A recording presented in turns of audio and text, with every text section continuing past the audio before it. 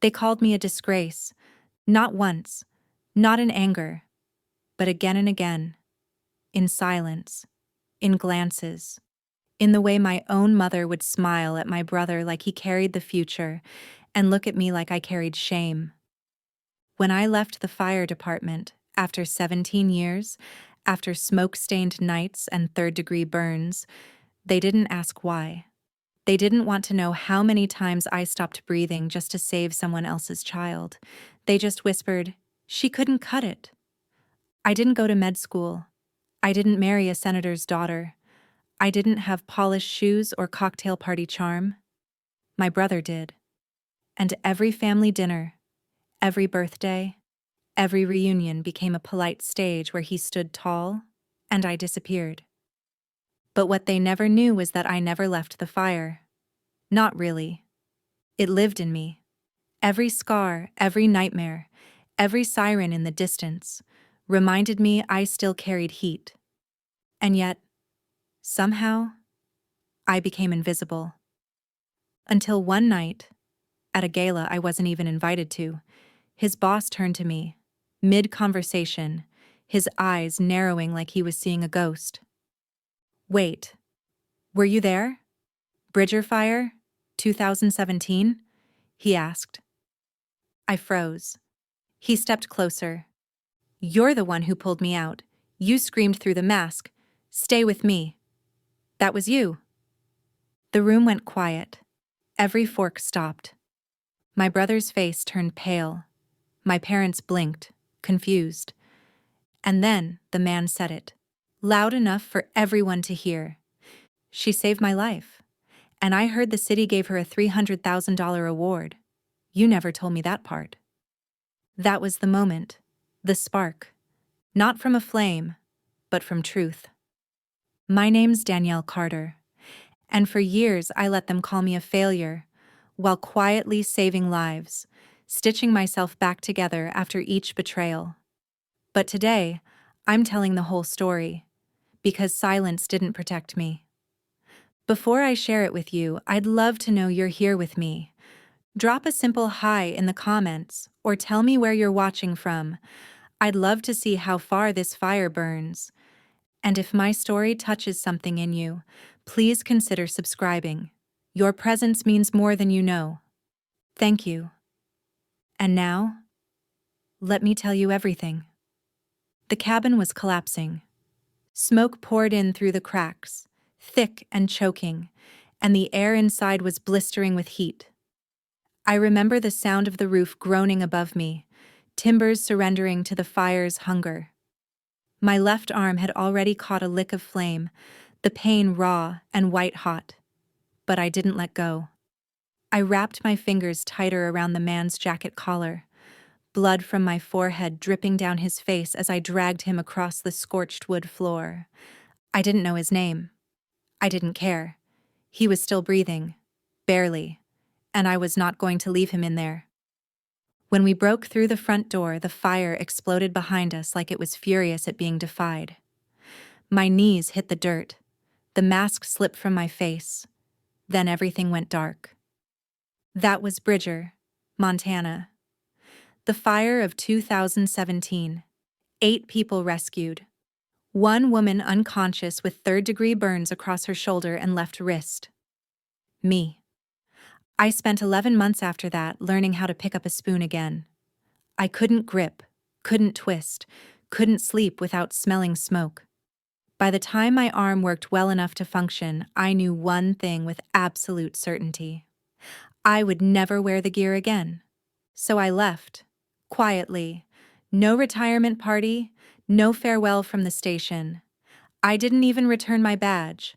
I mailed it in from Texas. Now I live in Austin. I run survival training workshops for teens. First aid, fire escape, wilderness prep. Nothing glamorous, just practical. I rent a 1-bedroom over a mechanic's shop and keep to myself. No one here knows I was once on the front page of the Montana Tribune, featured in a special spread titled "Firefighter Saves 8, Collapses After Final Rescue, Hero Unknown." No one except me, and the people who forgot it ever happened, I never told my family. Not about the fire, not about the medal, not about the $300,000 grant the state quietly handed me after the report went viral. Because what's the point? To them, I'm just Danielle, the sister who never went to med school, never got her law degree, never did anything real, the one who talks too softly and does summer camp stuff for a living. Bryce, my younger brother, is the real crown jewel. Dr. Bryce Carter, internal medicine, on track to become chief resident at one of the top hospitals in Houston. Handsome, polished, always the loudest laugh in the room. Dad beams every time he mentions him. Mom changes her Facebook banner to include every new title he gets. Me? I'm the awkward footnote in group photos, the one they introduce as, "This is our daughter, Danielle. She works with kids." Last week, Dad called out of the blue. No hello, just, "You still doing that bonfire and backpack gig?" I answered, "I teach fire evacuation and survival." He chuckled. Well, I guess the kids learn how to toast marshmallows and escape their tents. I didn't argue. Not anymore. That part of me, the one who used to ache for their recognition, has grown quiet. Not bitter. Just tired. That night before bed, I opened the bottom drawer of my nightstand. Inside was a crumpled, sun-bleached newspaper clipping, folded next to a dull silver medal on a red ribbon. The photo always hits me. Me, kneeling in the soot, gas mask slipping, face streaked with ash, arm cradling the limp body of the last man I pulled out. I looked wrecked, terrified, alive. I stared at it for a moment, then closed the drawer. Just like every other time. Just like always. But the next morning, my phone buzzed. It was a text from Mom. "Bryce was just named Assistant Chief Resident. We're throwing a dinner Saturday night. Dress nice. And please, don't say anything strange in front of the guests." I typed out, "I'm not sure I can make it." But I didn't press send. The restaurant smelled like garlic and pride. It was one of those upscale Italian places where the chandeliers looked like hand-blown art and the menu didn't list prices. Everyone in the Carter family was there, pressed, polished, and glowing in the soft amber lighting. Bryce stood near the center table, his white shirt crisp, tie the color of wet slate, shaking hands and accepting backpats like a senator on election night. I hovered just outside the spotlight, holding my purse like a shield. Before I could choose a seat, Mom tapped my elbow and gestured toward the far end of the long banquet table. "There, sweetheart, sit by June and—" "Oh, I think that's Cousin Scott from Dallas." I took the seat. Scott leaned in, already half a glass of wine deep. "Danielle, right? Remind me, where are you working now? I don't recall seeing your name at the med school commencement last year." I smiled. Not tight. Just practiced. I train teens and community staff in emergency response and survival skills at a center in Austin. He blinked. "Oh, like rope tying and how to pitch a tent?" He laughed. So did the table, gently, politely, not cruelly, but it stung anyway, like a soft slap wrapped in silk. During dessert, Bryce's cake was wheeled out, a two-tiered creation in hospital white, with fondant stethoscopes curling around the base. While everyone clapped and took pictures, Mom leaned toward me, voice low and careful. "Don't say anything. Too big tonight, okay? This is Bryce's moment. We don't want to make people uncomfortable."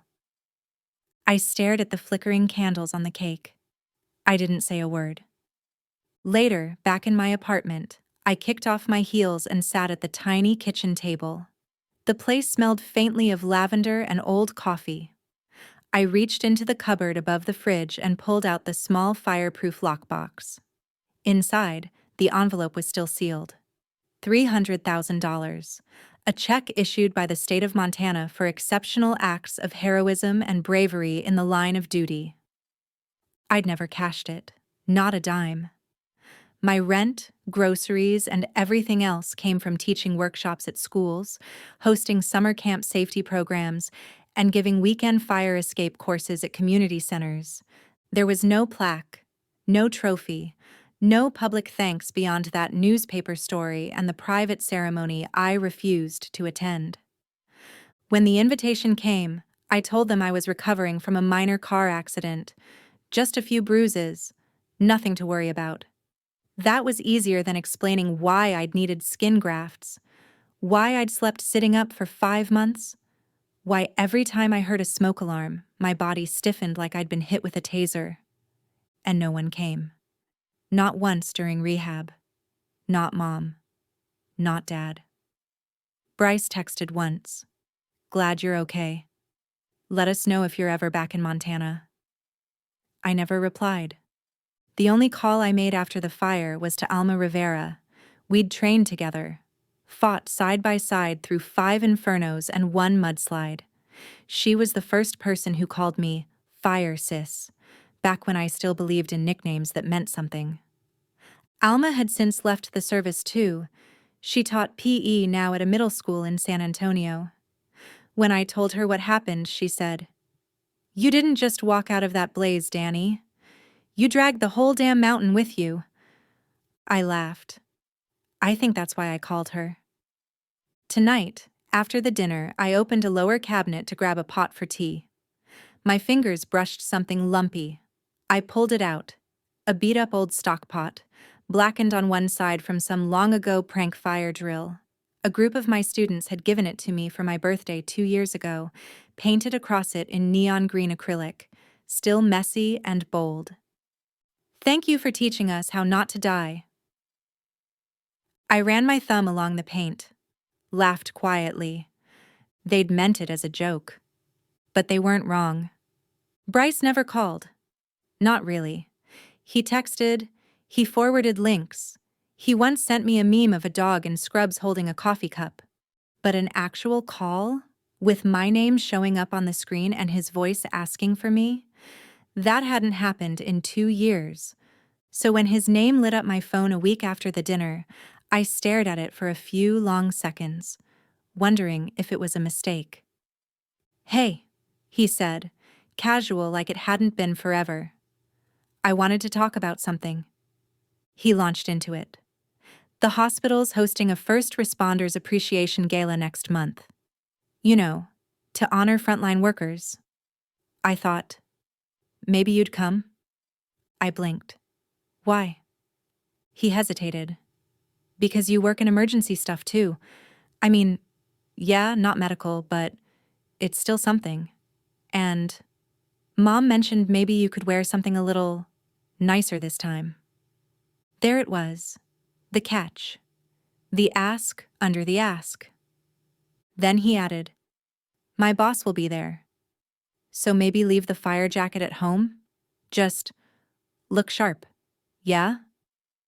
I said I'd think about it, then spent 4 nights trying to talk myself out of going.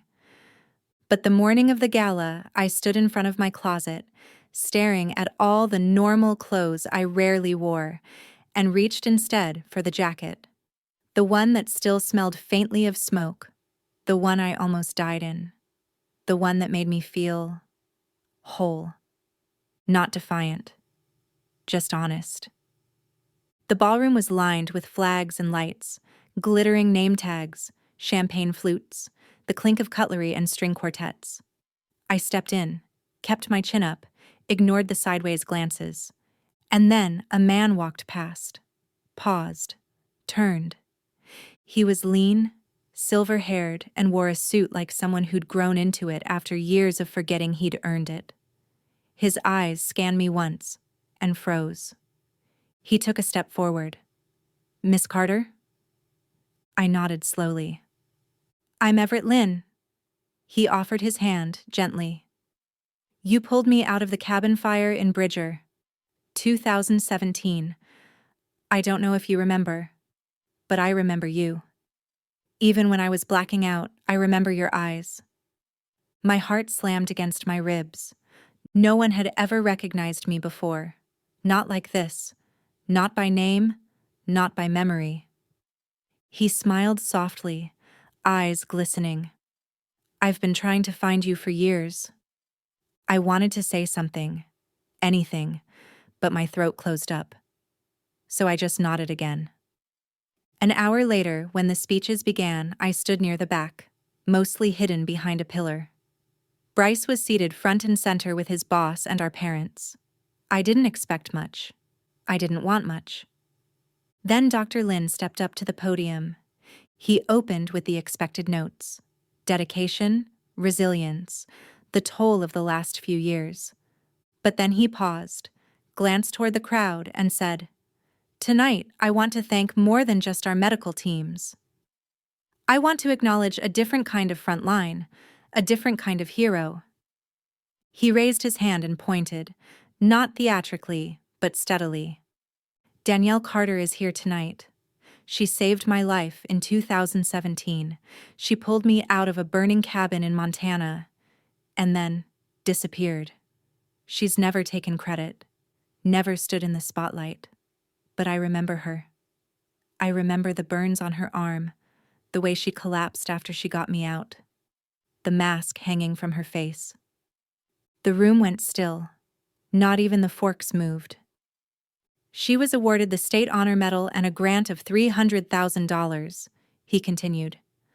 "I believe she's never used it, because some heroes don't need to cash in. They just do what they're made to do, and then they carry the silence." I felt every eye in the room shift toward me. Bryce looked like someone had pulled the floor out from under him. My mother had her hand over her mouth. I didn't look for Dad. I stepped forward only slightly, just enough to make it known. I didn't wave. I didn't bow. I just nodded. I wasn't here to be seen, but if truth had finally found its voice, then I wouldn't run from it anymore. After Dr. Lin's speech, the room buzzed with whispers and shifting eyes. I didn't need to hear the words to know what they were saying. Some curious, some skeptical, a few admiring, but most confused, like their version of me had just been rewritten, and they didn't have the update yet. Bryce came up to me, half smile tugging at his mouth, half nervous twitch in his fingers. "Why didn't you ever say anything?" he asked, like I'd missed a family memo. "Was that really you? I mean, I thought it was a guy." I looked at him, steady. "You never asked." That's when Mom appeared, her voice breathless. $300,000? Danielle, is that true? Why didn't you tell us? Why didn't you tell me? Your father? I gave her the only truth I could offer without cutting myself open again. Because for 10 years, everything I did was treated like a hobby. She blinked, stunned, like that thought had never crossed her mind, like I was suddenly someone new she didn't know how to mother. That night, the phone rang again. This time, it was her. "Sweetheart, we were surprised. I mean, proud too. Everyone's talking. Your uncle said even the Sunday paper mentioned your name. Why don't you come to dinner this weekend? Bryce will be there. We just want to hear more about your story. It's time we come together." There was something in her tone that didn't sit right. Too eager, too polished. But a part of me, a small, naive, flickering part, wanted to believe her. So I said yes. Saturday came, and I pulled into my parents' driveway with a stomach full of gravel. The front porch had a welcome banner that read, "Our Hero," in red paint. Inside, there were flowers on the table, my favorite mushroom soup from childhood simmering in the kitchen, and the whole family dressed like we were celebrating Easter in July. Bryce pulled out a chair for me and smiled. "Next time, you should speak. The press is starting to ask for your name." It sounded kind. Too kind. Then Mom leaned forward, clasping her hands. "You still have the money, right? We were thinking, Bryce's research proposal could use some funding, something meaningful. Just a portion, dear. My spoon stilled in the soup. I stared at her. Bryce jumped in, voice smooth. Look, I get why you kept everything to yourself. You had your reasons. But now that we all know, you don't have to carry it alone, right? I put the spoon down. You're right. But it's still my decision, not a family asset. The air thinned. The rest of dinner carried on with half-hearted laughter, too many glances, and the taste of betrayal disguised as dessert. I smiled where needed. I nodded at stories I'd heard before, but I didn't trust a single word. Later that night, I returned to my apartment. The hallway was dim. The air smelled faintly of someone's takeout. On my doormat sat a massive bouquet of lilies and white roses. No card. I looked around. No footsteps. No voice. Tucked into the stems was a small envelope. I opened it. Family is where we return. Don't forget that. My hand shook. Inside the bouquet, another note slipped free. You're the light, Danielle. Bryce. I stood there in the quiet, my chest hollowed out. So that's what this was.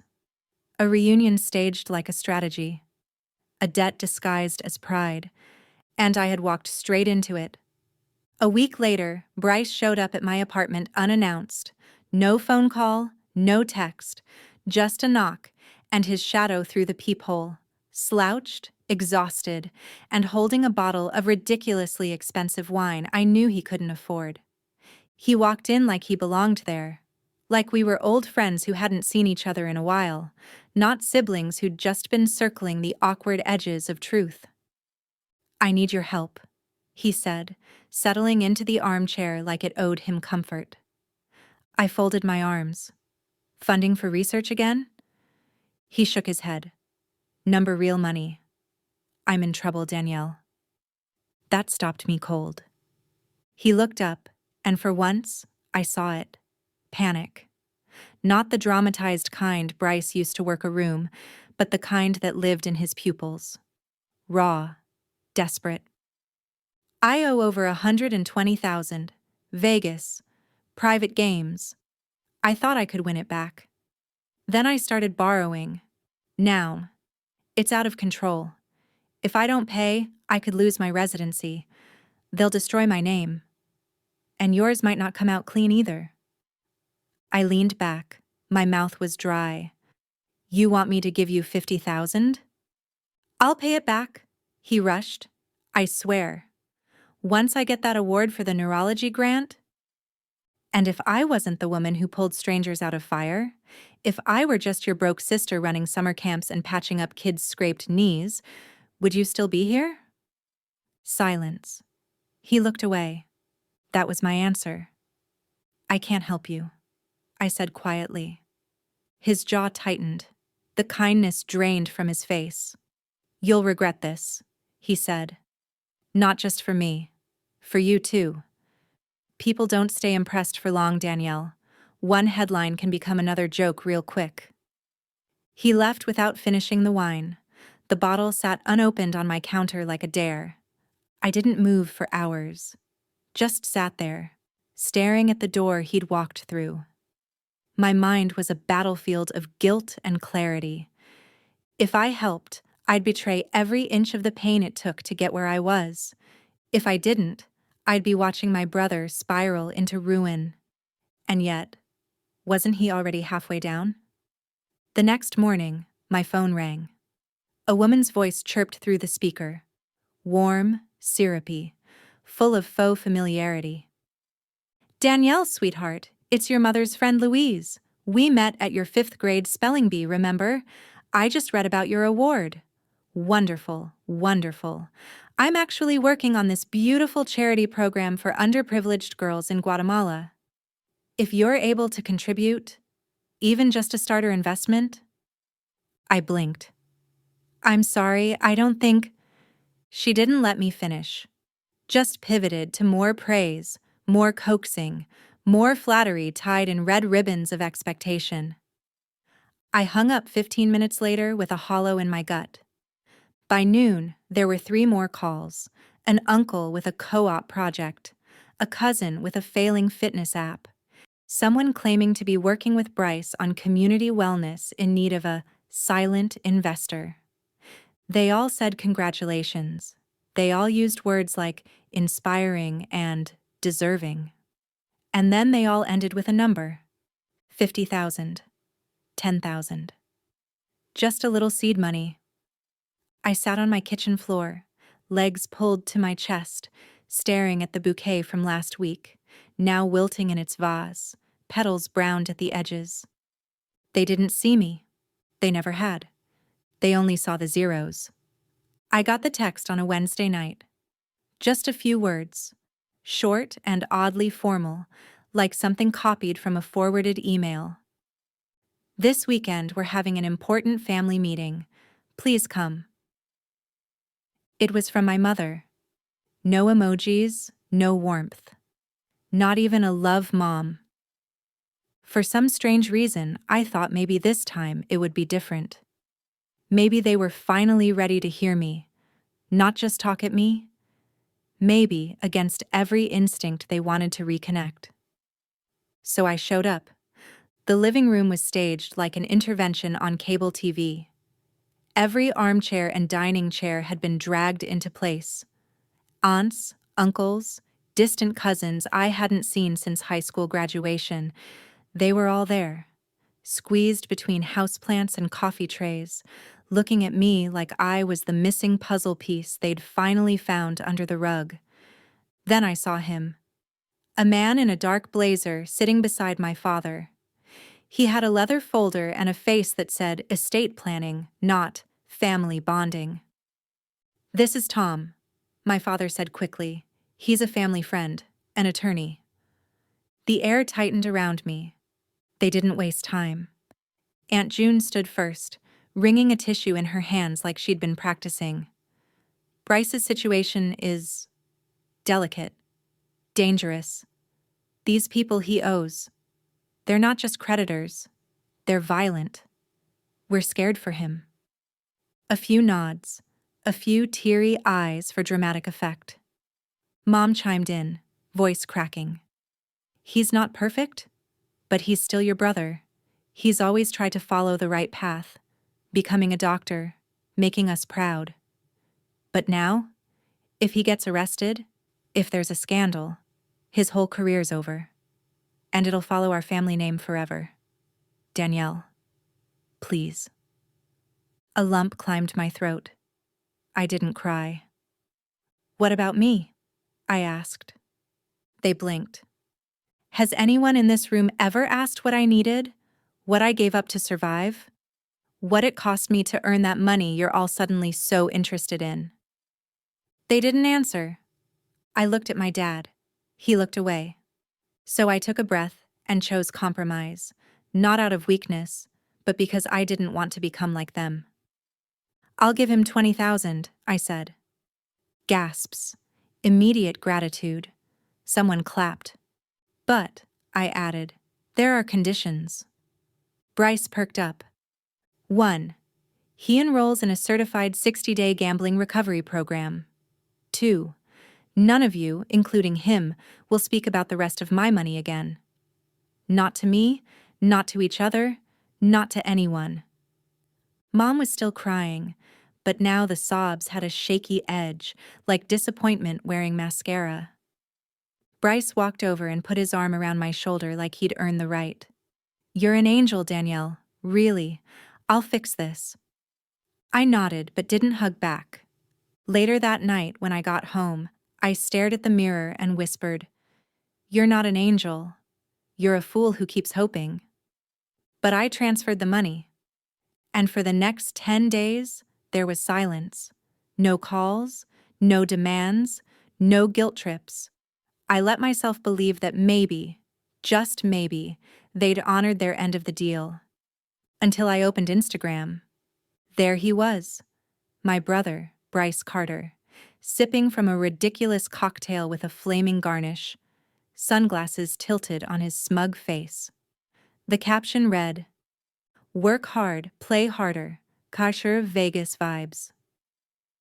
In the background, a luxury suite. A woman I didn't recognize, draped over his arm like a designer jacket. And another post. Him at a blackjack table, chips stacked in front of him like trophies. I stared at the screen until my vision blurred. He hadn't just broken the deal, he'd danced on it. Publicly. Proudly. I called. He didn't answer. I called again. Nothing. So I sent one final text. "Next time, don't trade tears for cash. They've lost their value." Then I blocked his number. Not out of anger, but because I knew he'd eventually come crawling back with a new version of the same story. And this time, I needed to hear something louder than his voice. I needed to hear silence. It started with pings. Dozens of them. My phone buzzed nonstop for hours one morning, each notification bringing a message more venomous than the last. "How could you? You let your brother rot? So much for being a hero." At first, I thought it was a sick joke. Then I opened Reddit. The headline made my stomach twist. "My sister used to be a firefighter. Now she hoards $300,000 while our family falls apart." No name, just a concerned brother. But every word screamed Bryce. The post had thousands of upvotes, a wildfire of comments, most of them ripping me apart. "Fire queen turned cold-hearted," one user wrote. Another called me a narcissist wrapped in hero's clothing. I couldn't even read the rest. By the end of the week, it was no longer just Reddit. A local blog picked up the story. Then, a regional tabloid printed it in bold font with my photo from the award ceremony years ago. Helmet off, face smeared with ash, eyes distant. The headline, "From bravery to betrayal. Firefighter refuses to save her own brother." The fallout came fast. My students at the training center started dropping out. Parents emailed, asking to remove their kids from that kind of influence. Board members summoned me for a temporary review. They were polite about it, but their eyes screamed liability. I didn't cry. I went home, opened the safe, and pulled out the old check. Still there, yellowed at the corners, uncashed. I stared at it for a long time. This wasn't just money. It was the price of every scar, every scream in the smoke, every sleepless night after Bridger, every broken rib, every panic attack. It was what was handed to me when no one else came to visit in the hospital. When my name didn't even make the news. It was proof that I mattered, at least once. And now? They wanted to rip that from me too. That night, I heard a crash. I ran to the living room. The window was shattered, glass everywhere. Cold air poured in. My heart thudded in my throat as I looked around. The safe was open. Files were missing. Then I saw it. A piece of paper, handwritten in rough ink. "If you don't know how to share, someone will decide for you."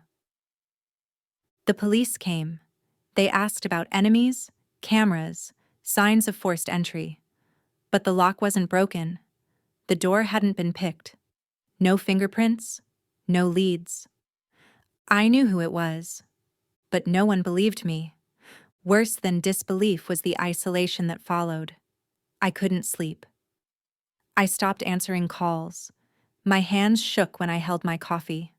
I walked around my own apartment like it was a stranger's home, tiptoeing like I'd break something I couldn't afford to fix. I hadn't felt that kind of terror since Bridger. Back then, it was fire that nearly took me. This time, it was the people I once burned for. Then, one afternoon, an email arrived. The subject line read, "We owe you more than just a medal." From Everett Lynn.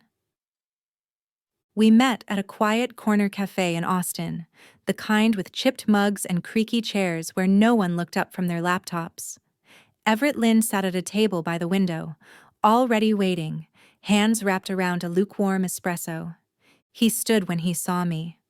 His eyes held something like guilt or reverence, maybe both. "Danielle," he said gently, "I owe you more than just my life."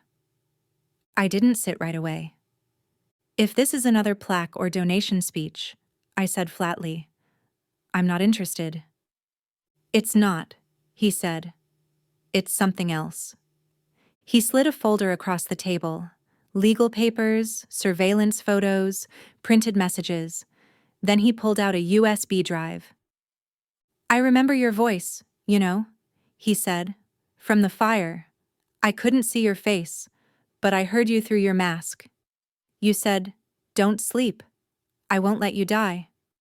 That stayed with me, even when I thought I wouldn't wake up." I swallowed. He continued. "After I saw what happened to you, online, the news, I started looking into it. Hired a private investigator. That's what's in the folder." I opened it. Inside was a signed authorization, a fabricated bank transfer with my forged signature. Footage from the building's hallway. Bryce letting a man into the complex, a man who wore gloves and carried a bag just big enough for files. And a copy of the Reddit post, with metadata tracing the original draft to Bryce's work laptop. I stared at the pile. My mouth went dry. Every suspicion, every shadow, every moment of doubt I'd buried under the hope that blood still meant something. It was all here, in print. Everett leaned in. "We can press charges, identity theft, fraud, possibly conspiracy." I looked at him. "If I do this, I'm not just exposing Bryce, I'm burning what's left of my family." "No," he said. "You're not burning it. You're finally walking out of the smoke." I exhaled slowly. Then I nodded. "Okay, no more silence." That night, I sat on my couch, lights low, heart steady. I opened my phone and typed one sentence. "Sometimes you have to let the whole forest burn, so new seeds can grow from the ashes." Attached was a photo of the court summons addressed to Bryce. I hit post. Within minutes, likes rolled in. But only one comment mattered. The first one. "Everett Lynn. The fire you lit this time is for yourself." The courthouse was colder than I expected for a fall morning. I wore a dark navy suit, simple, neat, nothing flashy. My hair was tied up, and in my hand was a slim binder of evidence. No lawyers to shield me, no entourage. Just me, standing in a place where truth was about to have its turn. Bryce sat at the defendant's table. He looked smaller than I remembered. Shoulders slumped, dark circles under his eyes, tapping his fingers against his thigh like a metronome of guilt. Behind him, our parents sat stiffly, heads bowed, avoiding my gaze. Reporters lined the back row. The same journalist who once called me the Bridger Fire hero was scribbling notes. I wondered if she remembered the smoke, the screaming, the silence after. Probably not. The prosecutor began with the recordings, the voicemail threats, the payment slips with forged signatures, the edited transfer forms. Then came the security footage. One by one, the pieces stacked against Bryce like kindling waiting for a match. Each time a new document went up on screen, I heard the courtroom shift, soft gasps, murmurs, even a few hushed, "my gods." And then came the investigation findings. Bryce hadn't just targeted me, he'd spent the last year soliciting donations under the guise of a medical research grant for underprivileged children. At least 6 hospital colleagues had wired him money. The total amount exceeded $200,000. The audit revealed the truth. He used most of it for gambling, luxury hotels, curated Instagram content to maintain a false image of success. A few thousand here and there for fancy dinners with strangers he'd tag as mentors. Mom was called to the stand. She tried to defend him at first, said he was under pressure, that the medical field was cutthroat. But when the prosecutor showed her a printed message from Bryce's fake foundation account, she cracked. Tears rolled down her cheeks. "I didn't know he'd gone this far," she whispered. "I didn't know he was this broken." When the judge asked if I wanted to make a statement before sentencing, I stood. My hands didn't shake. "I don't want my brother in prison," I said, "but I do want the truth to matter. Not because of revenge, because of justice." I turned to Bryce. He couldn't meet my eyes. I used to think staying silent would bring peace, that if I just absorbed the pain, the storm would pass. But silence isn't peace. It's a slow burn that eats you alive from the inside. Peace begins with truth, even when it's ugly. The judge gave her verdict. Bryce was fined, ordered to repay the damages, suspended from practicing medicine for 2 years, and required to attend mandatory psychological rehabilitation. The courtroom emptied slowly. Outside, as I descended the courthouse steps, a woman in a gray pantsuit approached me. She introduced herself as a representative of an educational investment group. She had read about my training center, about the work I'd done before all this, and she wanted to help expand it, specifically to underserved rural areas. I told her I'd consider it. Later that night, I pulled out what remained of the $300,000 award, what was left after years of helping, hiding, and hoping. I made a decision. We named it the Ember Initiative. A place where kids could learn life skills, not to be heroes, but to hold on to their dignity, even when no one else saw it. Winter clung to Austin like breath on a window pane. The fog was thick that morning, but the sounds at the Ember Initiative cut through it. Laughter, sneakers slapping pavement, the occasional crackle of walkie-talkies from mock drills. I stood on the front steps, clipboard in hand, checking names. Most were familiar. Some had even dropped out when the scandal hit. Now they were back. A few offered awkward smiles. One boy ran up and hugged me. "Miss Danielle, I want to be a firefighter like you." That did it. My heart cracked just a little. Not from pain, from the overwhelming, aching sense that something was being repaired. The community had returned. Some brought letters. Some brought apologies. One mother brought a tray of cookies and just said, "I'm sorry I believed what I read." And then came Everett. He showed up with breakfast sandwiches and, of all things, a little wooden box. He wasn't dressed like a CEO. No suit, no title, no entourage. Just jeans, a jacket, and the same steady look he'd worn that day at the cafe. We stood together, watching the kids practice fire drills. "I've been thinking," he said. "You pulled me from a burning building once, but I think you've done it again, just in a different way." He handed me the box. Inside was a simple ring. No diamonds. Just a brushed silver band with a flicker engraved on the inside. A flame. He took a breath. "You saved me then. Now I want to build something with you. A different kind of fire. One that keeps us warm. One we don't have to run from." I didn't answer right away, just took his hand and squeezed it. There were no tears this time. Not out of grief, only out of relief. Later, I found a letter in my mailbox. From my parents. No excuses, no defense. Just, "We understand now. You didn't need to be a doctor to make us proud." I folded it and placed it in the drawer, next to an old photo of me in uniform, face streaked with soot, eyes glowing. That girl had no idea the world would one day question her worth. She also had no idea she'd survive and rise again. The last scene of that day played out under a gray winter sky. A group of kids gathered around a controlled burn pit, learning how to respond to kitchen fires. I knelt beside them, Everett filming from the side. One child asked, "Miss Danielle, Are you still scared of fire? I looked at him. Everyone's scared of fire, I said.